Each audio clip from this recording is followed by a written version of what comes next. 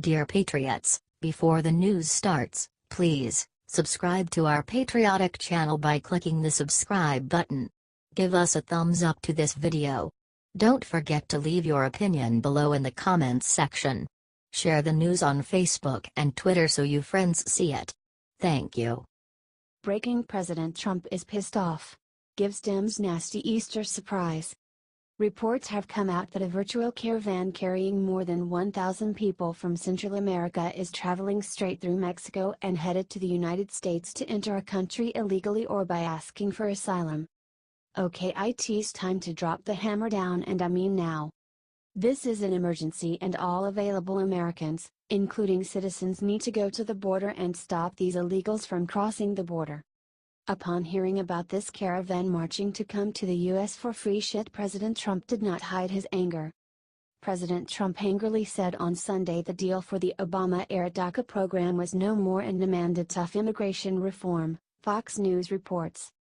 Trump, who has vowed to end catch and release, tweeted Sunday morning that Republicans need to take the nuclear option when passing tougher immigration laws. The president had given Congress 6 months to pass legislation enshrining the Deferred Action for Childhood Arrivals program, DACA, which protects about 800,000 young immigrants brought to country illegally as children from deportation.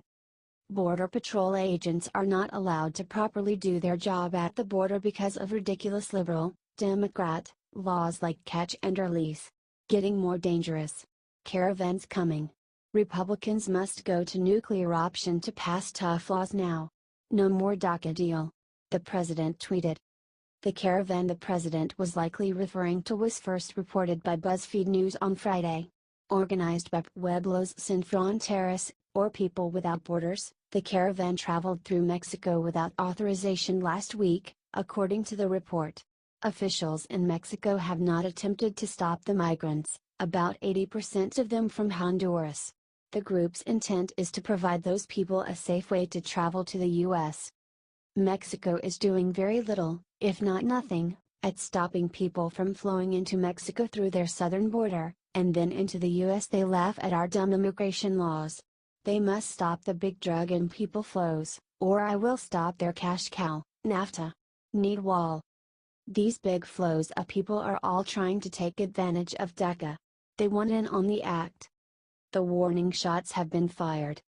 Thousands are headed here right now, and our border control needs to be backed by the National Guard, ICE, LEO and American citizen militia if necessary. This ends now. F DACA and F amnesty. This is war. God bless.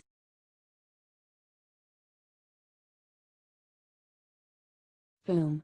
Top scientists prove something about illegal aliens that destroys liberal narrative. Spread this everywhere.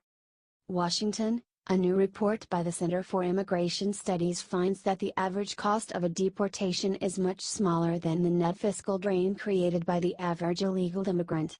This finding refutes the claim made by immigration enforcement opponents that deporting illegal immigrants is prohibitively expensive, thus requiring amnesty for the population of over 11 million. By analyzing Immigration and Custom Enforcement, ICE, cost estimates for the average deportation and comparing it to the lifetime fiscal impact of the average illegal immigrant, the report concludes that deportation is much less costly than allowing illegal immigrants to stay in the country.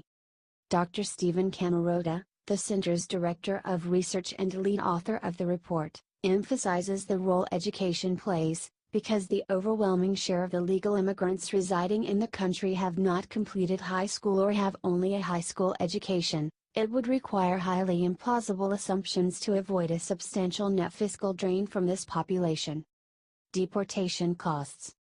In April of this year, ICE reported that the average cost of a deportation, also referred to as a removal, was $10,854 in fee 2016, including apprehension, detention, and processing. Partly due to policies adopted in the second term of the Obama administration, ICE removed nearly 170,000 fewer aliens in 2016 than in 2012, even though it actually spent 8% more in 2016 in inflation-adjusted dollars. The removal of so many more illegal immigrants in 2012 means that the average cost per removal in that year was $5,915, adjusted for inflation. If the average cost of a deportation was what it had been in 2012, then the larger enforcement budget in 2016 would have allowed for 200,000 more removals without spending additional money. Costs of illegal immigrants. Researchers agree that illegal immigrants overwhelmingly have modest levels of education. Most have not completed high school or have only a high school education. There is also agreement that immigrants with this level of education are a significant net fiscal drain, creating more in costs for government than they pay in taxes. The National Academies of Sciences estimated the lifetime fiscal impact, taxes paid minus services used, of immigrants based on their educational attainment. Averaging those estimates and applying them to the education level of illegal immigrants shows a net fiscal drain of $65,292 per illegal, excluding any costs for their children. Based on this estimate, there is a total lifetime fiscal drain of $746.3 billion. This assumes 11.43 million illegal immigrants are in the country, based on the U.S. government's most recent estimate. The fiscal cost created by illegal immigrants of $746.3 billion compares to total cost of deportation of $124.1 billion, assuming a 2016 cost per deportation, or $67.6 billion using 2012 deportation costs. Lifetime fiscal drain on taxpayers is at least 6 times greater than cost of deportation period. 2017 marked a successful year in border security efforts, reducing illegal cross-border migration, increasing interior enforcement, and dismantling transnational criminal enterprises. Multiple challenges still remain in providing immigration officials with the tools needed to keep criminals off the streets, eliminate the pull factors for illegal immigration, and remove illegal aliens from the country. The fiscal year 2017 ICE Enforcement and Removal Operations Report provides an overview of ICE fiscal year, FY, 2017 civil immigration enforcement and removal operations. Report crimes, email or call 1-866-DHS2-ICE. #deport. #MAGA. God bless.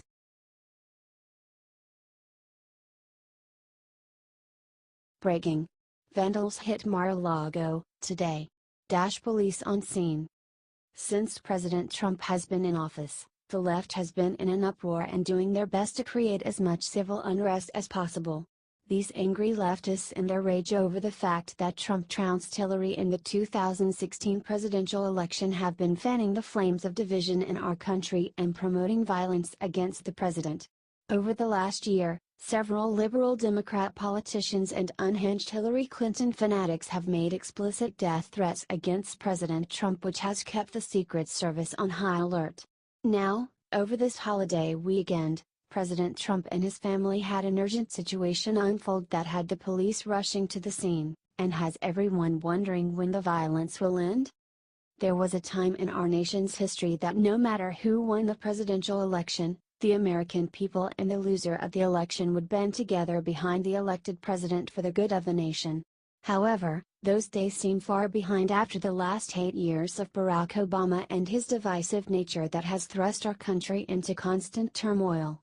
Now, instead of those in the Democrat Party cheering on President Trump to ensure that he does a job well done for the American people, they have been actively doing their best to sabotage his presidency.